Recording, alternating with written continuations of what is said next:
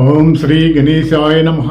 నాదా క్రియేషన్స్ వీక్షకులకు కార్తీక మాస శుభాకాంక్షలు. మిత్రులారా, మనము పూర్వము అనేక కథలు పురాణాల్లో విన్నాము. దేవతలకు రాక్షసులకు వైరం ఏ విధంగా జరిగింది, మరి ఆ రాక్షసుల యొక్క బలాలు ఆకారాలు ఎంత వికృతంగా ఉంటాయో, ఎంత బలమైనవిగా ఉంటాయో మనం కథల ద్వారా, ప్రవచనాల ద్వారా, సినిమాల ద్వారా మనం విన్నాం. మరి ఇప్పుడు వారు ఏమయ్యారు, ఆ విషయం తెలుసుకునే ప్రయత్నం చేద్దామా? రోజులు మారుతూ ఉన్నాయి. మానవుడిలో లేటెస్ట్ టెక్నాలజీ ఏ విధంగా డెవలప్ అవుతూ ఉందో అదేవిధంగా అన్ని జీవరాశులకు, రాక్షసులకు కూడా అటువంటి మార్పులు చేర్పులు, మోసపూరితమైనటువంటి పరంపరలు జరుగుతూనే ఉన్నాయి అని చెప్పడానికి మనం ఒక చిన్న ఉదాహరణలు చెప్పుకుందాము.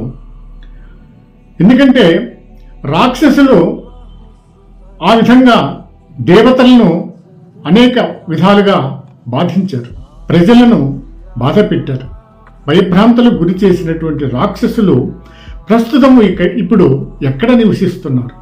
అసలు ఉన్నారా? ఒకవేళ ఉంటే ఎక్కడ నివసిస్తున్నారు తెలుసుకునే ప్రయత్నం చేద్దాము.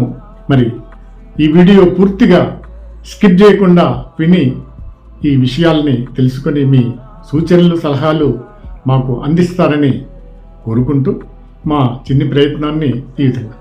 రాక్షసులు అనే పదం వినపడగానే మన మనస్సుల్లో ఒక రకమైన భయం, వారి దోషపూరిత ప్రవర్తన, వారి పట్ల అసహ్యము కలుగుతాయి కదా. ఎందుకంటే వారి గురించి, వారి మనోభావాల గురించి మనం విన్న కథలు అలా మనస్సులో ముద్రలు వేశాయి కదా. ఇక పూర్వం వారి ఆకారాలు, ప్రవర్తనలు ఎలా ఉన్నా యుగాలను అనుసరించిన వారి బుద్ధులు మాత్రం మారలేదు.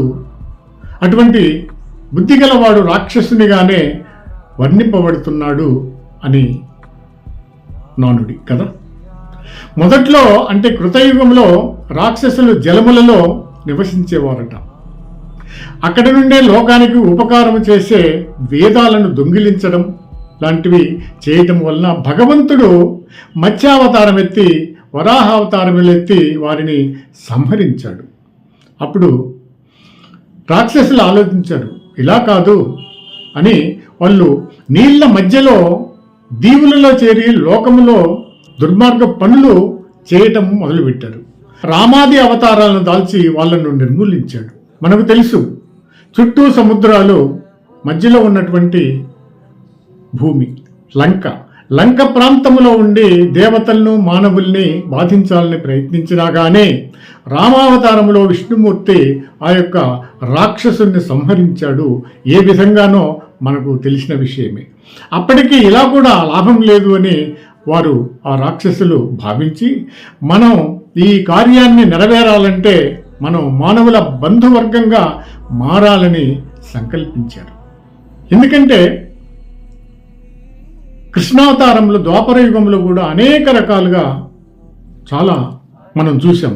ఆ విషయం ఇప్పుడు మానవ వర్గంలోనే, ఆ కార్యంలోనే, వాళ్ళలోనే కలిసిమెలిసి ఉంటూ మన తత్వాన్ని, మన విజయోత్సవాల్ని చూసుకుందామని, మానవుల బంధువర్గంగా మారాలని సంకల్పించి కంసుడు, దుర్యోధనుడు, జరాసంధుడు, శిశుపాలాది రూపాలలో మానవులకు మరింత దగ్గరగా బంధువర్గంగా మారి భూమిపై తమ ధర్మాన్ని విస్తృతం చేయాలని తీవ్రంగా ప్రయత్నించి చాలా వరకు మానవ జాతిని తమకు అనుకూలంగా మార్చగలిగారు. అప్పుడు కూడా ఊరుకోకుండా కృష్ణావతారం ఎత్తి సద్భక్తి కలిగినటువంటి మానవుల ద్వారానే వారిని ఊచ కోత కోపించి మానవుల కర్తవ్యాన్ని తెలియపరిచాడు శ్రీకృష్ణ భగవానుడు. ఇక మనం బయటపడే మార్గం ఏంటి అని, ఈ వాసుదేవుడు ఎక్కడ ఉంటే అక్కడ మనం తప్పించుకోలేము. ఆయనకు దొరకకుండా ఉండేందుకు ఎక్కడ చేరి మన ప్రయత్నాలు సాగించాలా అని బాగా ఆలోచించి అంతలో శ్రీకృష్ణ భగవానుడు నిర్యాణం జరిగింది. నిర్యాణం జరిగిన తర్వాత కలి ఉద్భవించాడు. కలి ప్రభావము ఆ రాక్షసులకు ఎంతో కలిసి వచ్చింది. తద్వారా కలియుగంలో మానవ మనస్సులలో నివాసము ఏర్పరచుకొని రాక్షసులు మన మనస్సుల్లోనే నివాసం ఏర్పరచుకున్నారు అన్న విషయం. అక్కడి నుండి తమ పనులు కొనసాగిస్తూ ఉన్నారు. అందుకే మనలో కోపాలు, ఈర్ష్య, అసూయాది గుణాలు, ధర్మ విరుద్ధమైనటువంటి ప్రవర్తన, భగవంతుని ఉనికిని వ్యతిరేకించడము, సాటి జీవుల పట్ల జాలి లేకపోవడం లాంటి లక్షణాలు పొడసూపుతూ మనలో ఉంటూ ఉన్నాయి. తరచుగా మనలోనే నివాసం ఉన్నటువంటి ఈ రాక్షస జాతి మనం ఆదరించిన విధంగా కాకుండా మనము ఆదమరిచి ఉన్నటువంటి సందర్భాలలో మన మనస్సును అరిషడ్వర్గాల వైపు మళ్లించడానికి తీవ్రంగా ప్రయత్నిస్తూ ఉంటారు ఆ రాక్షసులు మనలోనే ఉంటూ. ఆదమరిచామో మనలో వారి గుణాలు ప్రజ్వరిల్లుతూ ఉంటాయి. అందుకే రెచ్చిపోయాడు వాడు అని అంటూ ఉంటారు.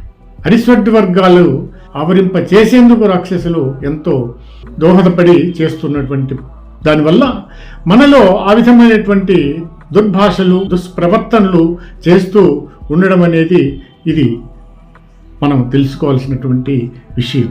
ఆ విధంగా భగవన్నామం అనే కవచాన్ని ధరించి, ప్రేమ శమదాతులనే ఆయుధాలు ధరించి మనము జాగరూకుతులమై ఉండాలి. వాళ్ళు తలెత్తిన ప్రతిసారి మన మీద చౌదబ్బ తీస్తూనే ఉంటారు. ఇది చాలా కష్టతరమైనటువంటి పోరాటం. ఎందుకంటే ఎదురుగా ఉన్నటువంటి శత్రువులనైతే కనిపెట్టి యుద్ధం చేయవచ్చు. లోపాలున్న ఈ రాక్షసులు ఉన్నటువంటి కనిపెట్టి ఉండడమే ఒక పెద్ద కష్టం.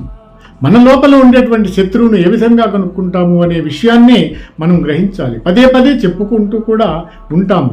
మనలోని శత్రువును ఏ విధంగా సంహరించాలి, తొలగించాలి, మనలోని దొంగని ఏ విధంగా, మనలోని రాక్షసుని, మనలోని చెడుతనాన్ని ఏ విధంగా నిర్మూలన చేయాలి అని మనం బాధపడుతూ ఉంటాము. ఆ విషయాన్ని మనం గ్రహించడం ఇదే. రాక్షసులు మన మనస్సులో వచ్చి కూర్చొని మన చేత దుష్ప్రచారమైనటువంటి దుష్ట పనులైనటువంటి కార్యాలన్నీ చేపిస్తూ ఉంటూ ఈ పెద్ద కష్టమైనటువంటి ప్రవర్తనని మనకు అందజేస్తూ ఇక యుద్ధం ఎంత కఠినమో ఆలోచించాలి. ఎందుకంటే ఎదురుగా ఉంటే యుద్ధం చేస్తాం, మనస్సులో ఇంటర్నల్గా ఉన్నటువంటి వాళ్ళతో యుద్ధం ఏం చేస్తాం? చేయలేం కదా. కాబట్టి ఏమాత్రం అజాగ్రత్తగా ఉన్నా మన పతనం ఖాయం.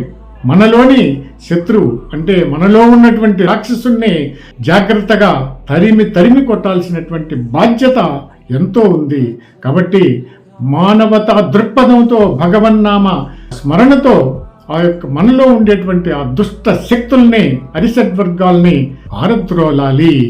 అప్పుడే మనం సురక్షితంగా ఉంటాము. కాబట్టి మనలో ఉన్నటువంటి రాక్షసుల్ని తస్మాత్ జాగ్రత్త తరిమి కొట్టండి. సర్వే జనా సుఖినో భవంతు.